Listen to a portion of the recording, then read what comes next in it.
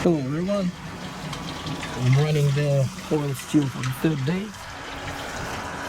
It's a third run with some improvement, but anyway, it works perfectly. It's a vacuum pump, and I burn all those nasty gases here in a chimney.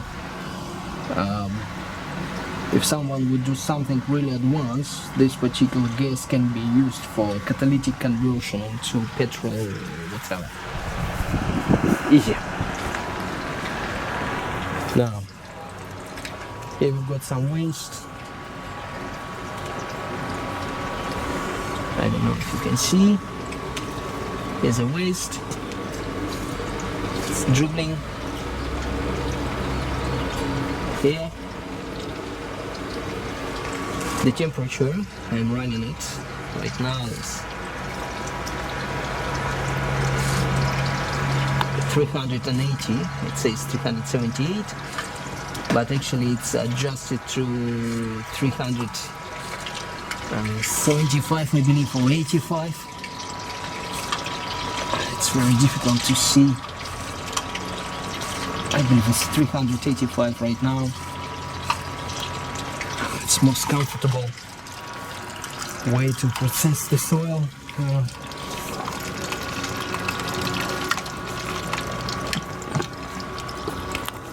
I'm processing automotive transmission oil, transmission fluid.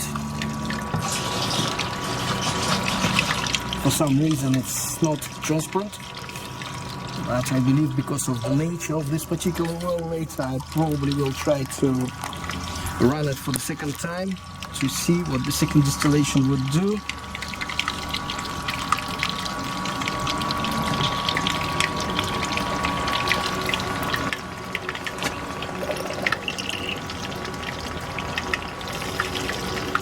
Here's the stream.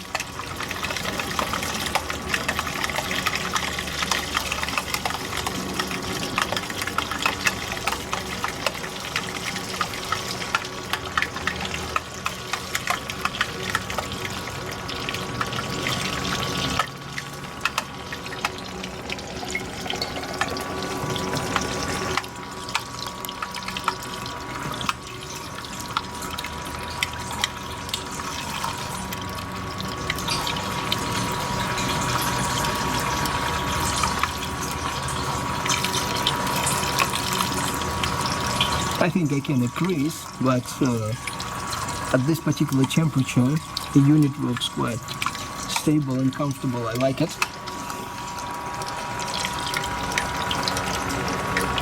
I don't want to increase temperature any higher.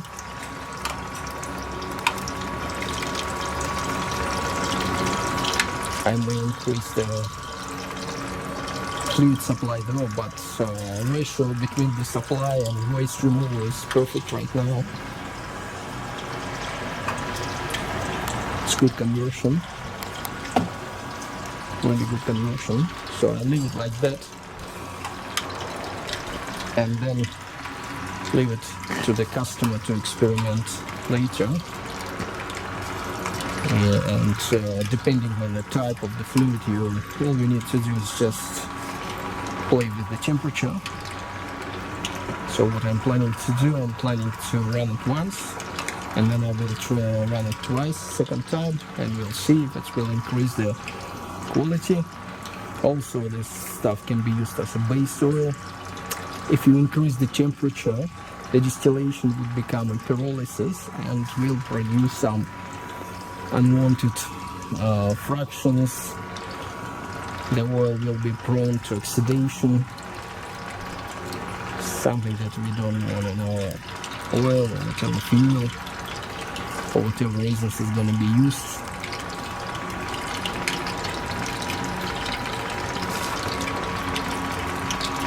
We don't want it.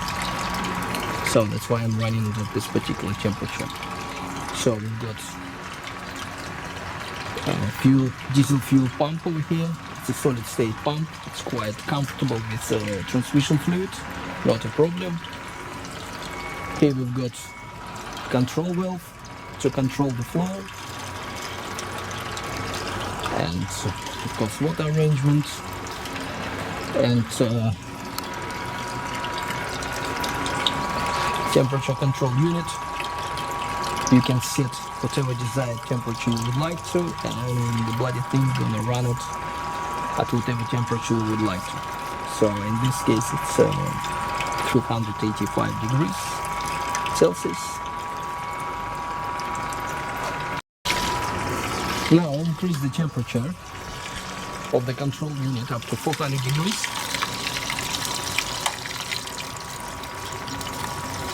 It's 400 degrees, and the actual temperature within the reactor is 400 degrees right now. It's been 402. The stream of production.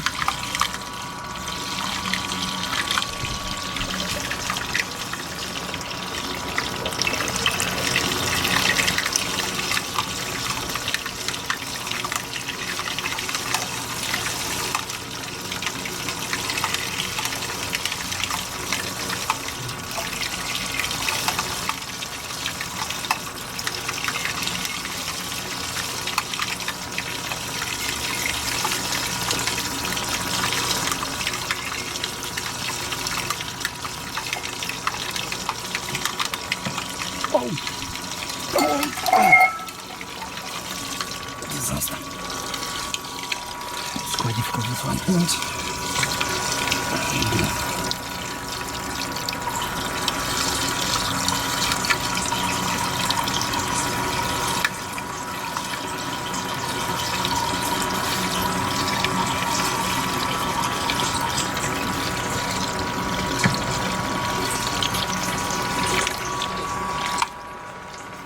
Now, here we've got some waste coming out.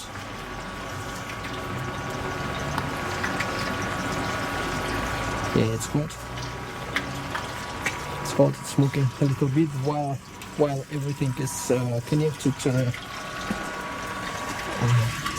the breathing column, and everything sucked into the chimney through the vacuum pump and reduce the flames. Sorry. Now, I'll show you to prevent the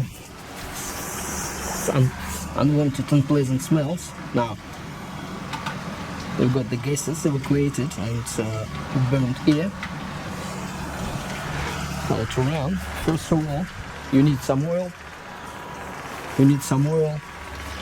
You switch on the pump while everything is cold. There's a pump. Run the pump and fill up, prime the distiller until you've got oil running from the waste pipe. After that, shut the valve and let the pump run, just work for itself. Then switch on electricity and water. Electricity will bring the unit up to the desired temperature that's been set up on the control unit, and the water will cool it down.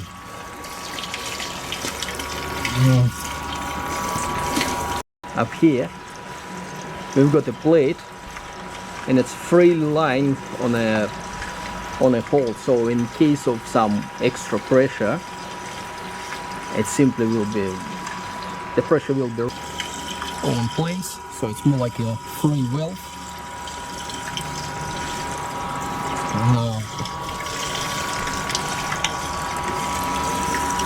This one is connected to the breathing pipe of the exhaust tube, of the waste release tube, and because it's connected up there, we suck everything, most of the gases, just into this cylinder,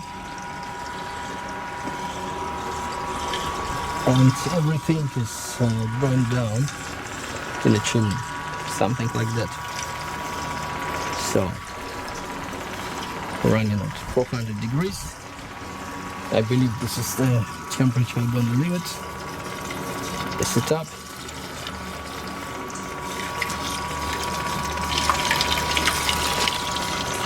Again, some production.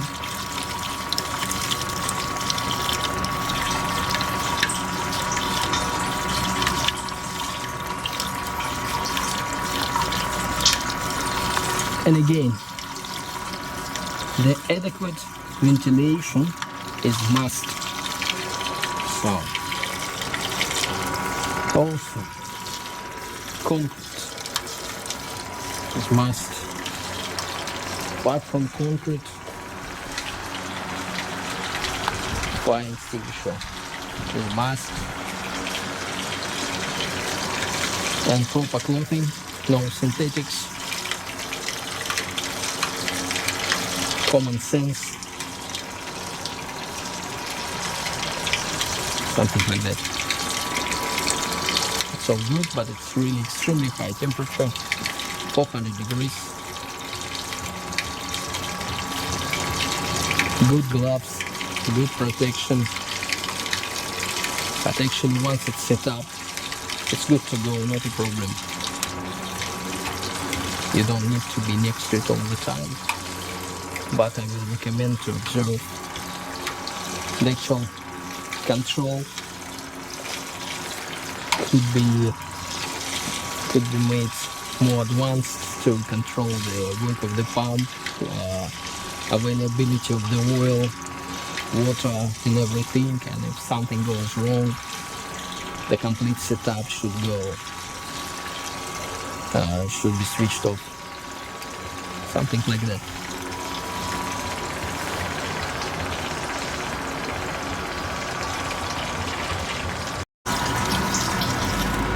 Now I've got 410. It increases the production rate, but it decreases the transparency of the liquid, of the fluid. Okay, we'll carry on like that, and I'll try to run it second time. After all, we'll see.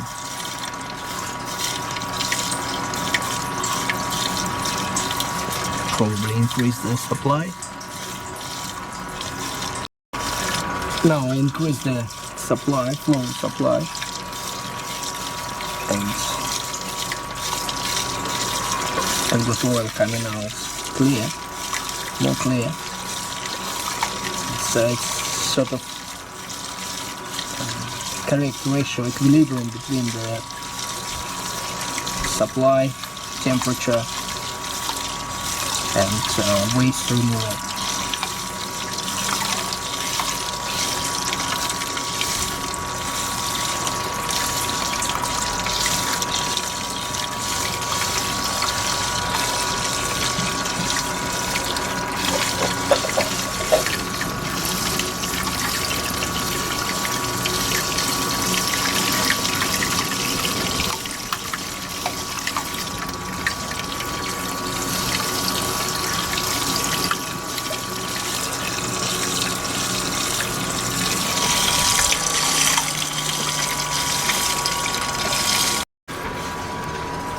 The oil, I wouldn't say it's almost gone, but it's sort of gone, most of the oil. The quality and transparency of the oil, of the distilled oil, may depend on water content. You can hear it's sort of it's like a deep fry, you know. There's definitely water.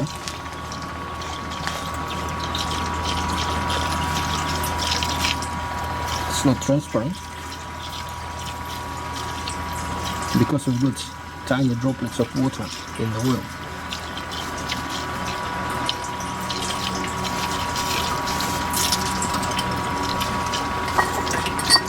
Now if I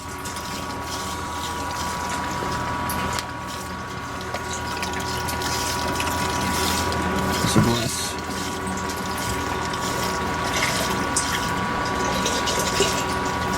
So I collected some oil, and now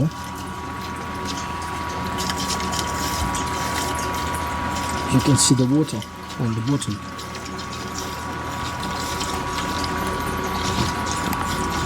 And it's black. So water boils at much lower temperature and it carries all the nasties with it. So settlement with some silicate gel would solve the problem. It will absorb the water and absorb all the black stuff, and so fuel is going to be clean, transparent. Should be fine. Also, people asking about why it's so smelly. Because the temperature of distillation is way too high.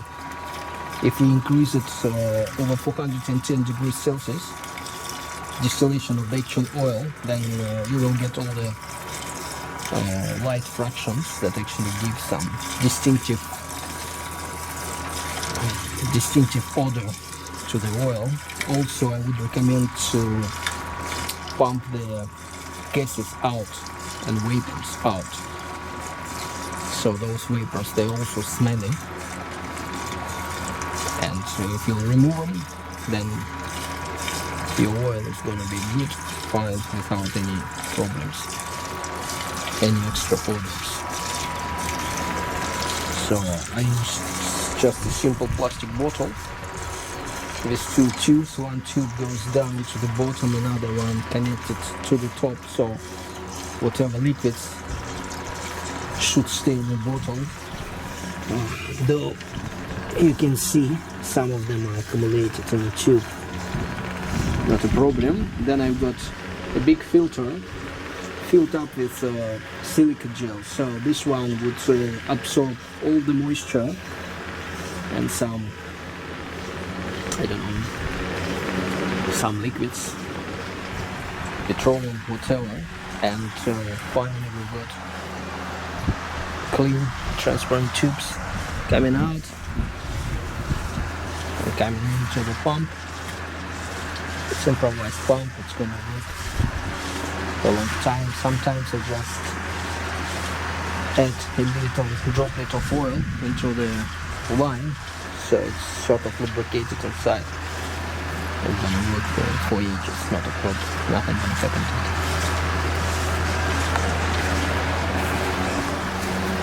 Now again, here's the gases.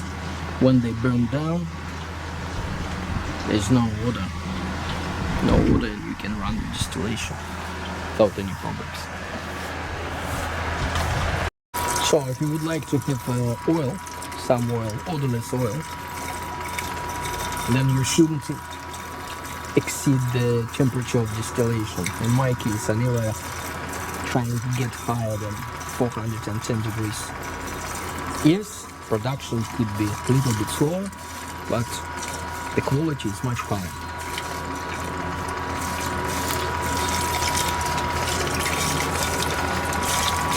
Another one thing that I use,